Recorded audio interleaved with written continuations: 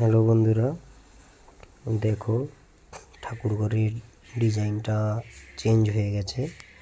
এখানে গোল গোল ফুল ছিল, কিন্তু মাঝখানের দুটো ফুল, দু সাইডের দুটো করে ফুল বাদ দিয়ে এই প্রদীপটা করা হয়েছে, পঞ্চপ্রদীপ। এটা হচ্ছে চেনের উপরে, মানে চেনে প্রদীপ জ্বলছে, এরকম একটা থিম, এরকম একটা ডিজাইন করা হয়েছে। কেমন হয়েছে অবশ্যই কমেন্ট করে বলবেন আপনারা। এটা ঠাকুর ঘরের কাজ।